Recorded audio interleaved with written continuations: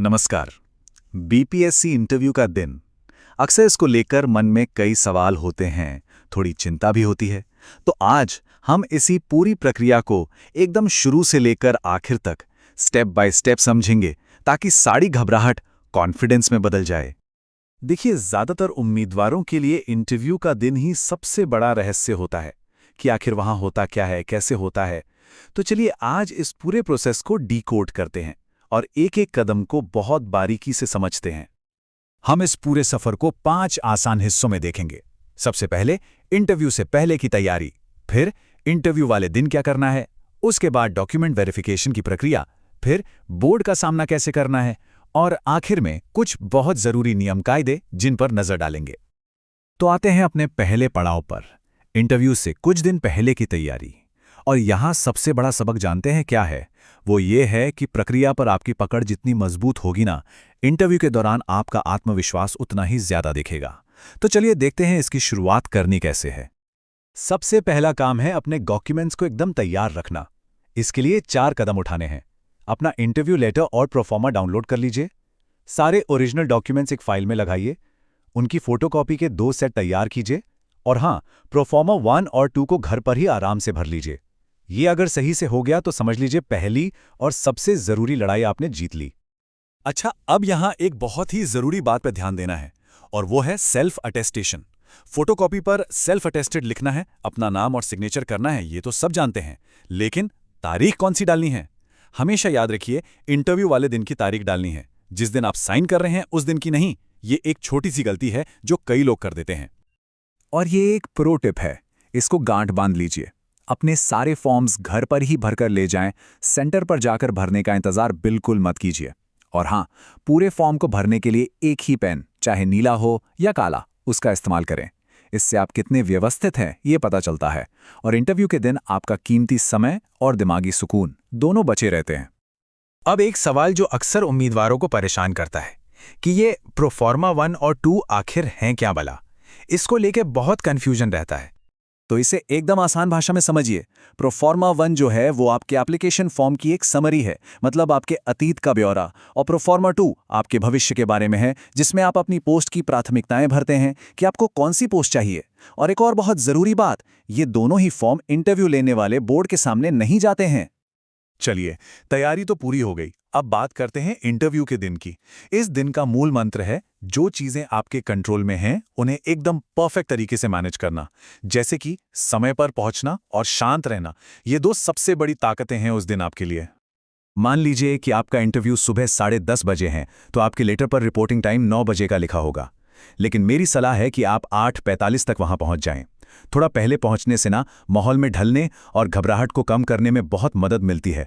और याद रखिएगा, आपको 15 नेहरू पथ, बेली रोड, पटना की नई बिल्डिंग में जाना है। एक नियम जिसे बिल्कुल भी हल्के में नहीं लेना है, कोई भी इलेक्ट्रॉनिक डिवाइस, चाहे वो मोबाइल हो, स्मार्ट वॉच हो, कुछ भी अंदर ले जाना सख्त मना है। इसे या तो रिसेप्शन पर जमा कर दीजिए या फिर अपने साथ आए किसी व्यक्ति को दे दीजिए।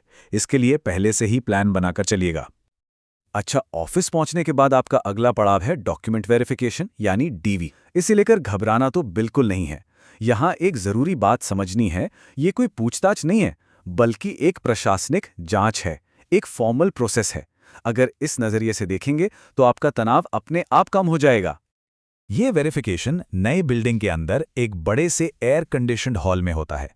वहां बीपीएससी के कर्मचारी आपके ओरिजिनल डॉक्यूमेंट्स को आपकी जमा की गई फोटोकॉपी से मिलाते हैं। और हां, इस पूरी प्रक्रिया की वीडियोग्राफी भी होती है। जैसे ही आपका डीवी पूरा होता है, आपको एक कोडेड टोकन मिलेगा, जैसे C0234। अब से लेकर इंटरव्यू खत्म होने तक आपका नाम कोई नहीं पूछेगा। यही कोड आपकी पहचान है, तो इसे संभाल कर रखिएगा और याद भी रखिएगा। और अब आता है वो पल जिसका हर किसी को इंतजार रहता है, इंटरव्यू बोर्ड का सामना।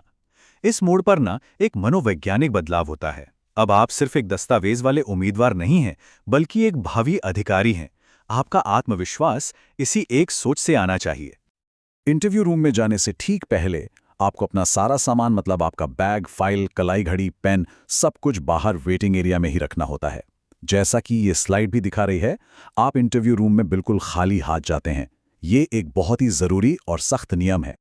और वो एक सवाल जो हमेशा पूछा जाता है, पहन कर क्या जाना है? क्या कोई खास ड्रेस कोड है? देखिए, कोई तय यूनिफॉर्म तो है नहीं, लेकिन हाँ, पहनावा फॉर्मल होना चाहिए। पुरुष फॉर्मल पैंट शर्ट पहन सकते हैं, ब्लेजर पहनना या न पहनना ये पूरी तरह से आपकी मर्जी है। और महिलाओं के लिए साड़ी एक बहुत ही शालीन और उपयुक्त विकल्प माना जाता है।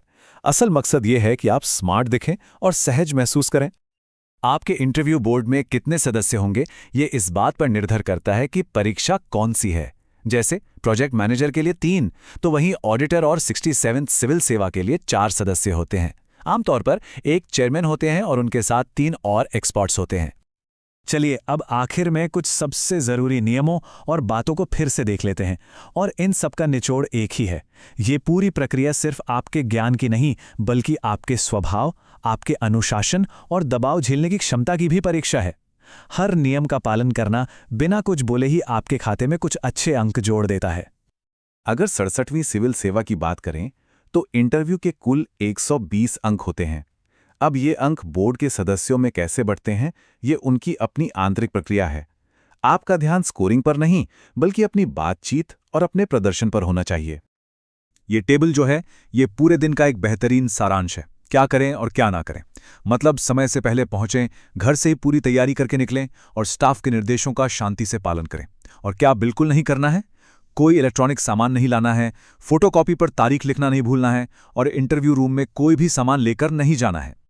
तो सबसे बड़ी बात जो निकल कर आती है वो ये है कि कमरे में घुसने से पहले आप जो करते हैं वो उतना ही जरूरी है जितना कि आप अंदर बैठकर क्या करते हैं। जब आप प्रक्रिया के हर छोटे बड़े कदम को पहले से जानते हैं, तो आपका दिमाग इन फालतू की चीज़ों से आज़ाद हो जाता है और आप अपना 100% ध्यान सिर्फ और सिर्फ बोर्ड के साथ होने वाली बातचीत पर लगा पाते हैं।